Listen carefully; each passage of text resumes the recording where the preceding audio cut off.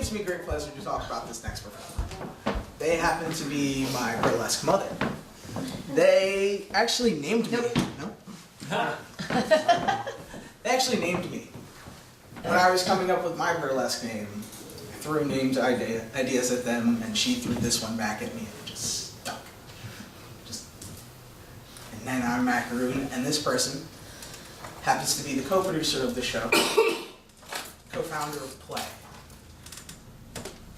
Ladies and gentlemen, and everybody in between, give it up for Miss Rollerhoops.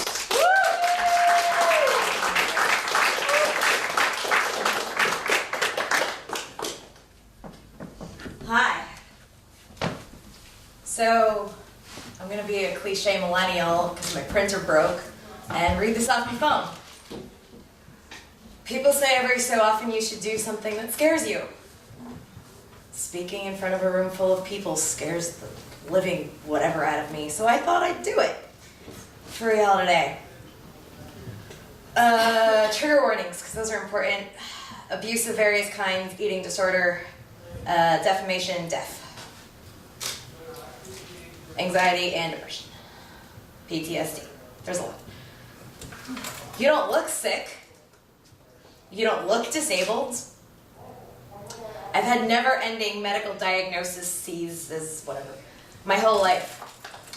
What does a sick or disabled person look like? Not every medical condition is visible. Do I need to go around in a wheelchair, looking pale as can be, and have an IV in me at all times to look sick? Disabilities are visible and invisible. Every single last one of mine is invisible. I'm legally disabled and have never said that in public before. I got that title 3 years ago, officially, following being in the hospital for a month and a half due to an eating disorder that nearly took my life, on top of severe depression, anxiety, and PTSD. My dad and Biomom were planning my funeral behind my back. I didn't know that until while I was in treatment, and it came out in a family therapy session. I've had an eating disorder since I was 13, at least, but didn't know it fully until I was 24, when it got really bad and very noticeable.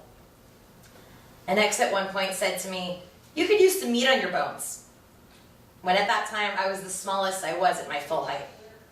Since the day he said that, it was the day that he said that when I realized something was really wrong, and I've been in 3 treatment programs since. I've nearly died 2 other times since my second treatment when I was the worst, due to other medical conditions including a staph infection that fucked up the entire left side of my body for most of the last year, more and more as time went on. And nobody could tell me what was wrong until it was almost too late. Everyone said I was fine. Every doctor I saw, every surgeon, everybody. Or they didn't know what was wrong until I went to Penn last December, and they, along with the best partner ever, saved my life. Literally. They found an infection and nerve damage was in my face and spread through my entire left side. To many, I just seem to be drunk and on a lot of drugs, all the time. This wasn't the case, and there are a handful of people who can attest to this fully. The rumor mill was astirring because a couple people who didn't bother to believe what was going on just assumed even when people told them what was wrong. And so they ran their mouths real badly. It fucked me up so bad until recently. It made my PTSD, depression, and anxiety even worse than it had been. I couldn't get on stage aside from a show I was co-producing until recently for most of the last year, until last month. The other reason for barely being on stage was due to the incredible weight gain I've had in the last year from being so immobile and the also common fibromyalgia weight gain. That diagnosis came in July. So severely eating disorder, body dysmorphic disorder person with PTSD, severe anxiety and depression who just gained a ton of weight and is having a hell of a hard time working and performing? It's been total hell. So next time you see someone who doesn't look sick or disabled or in pain, or you think you know what's really going on when they're not themselves, try and remember you have no idea what they're going through physically and or mentally. Thanks.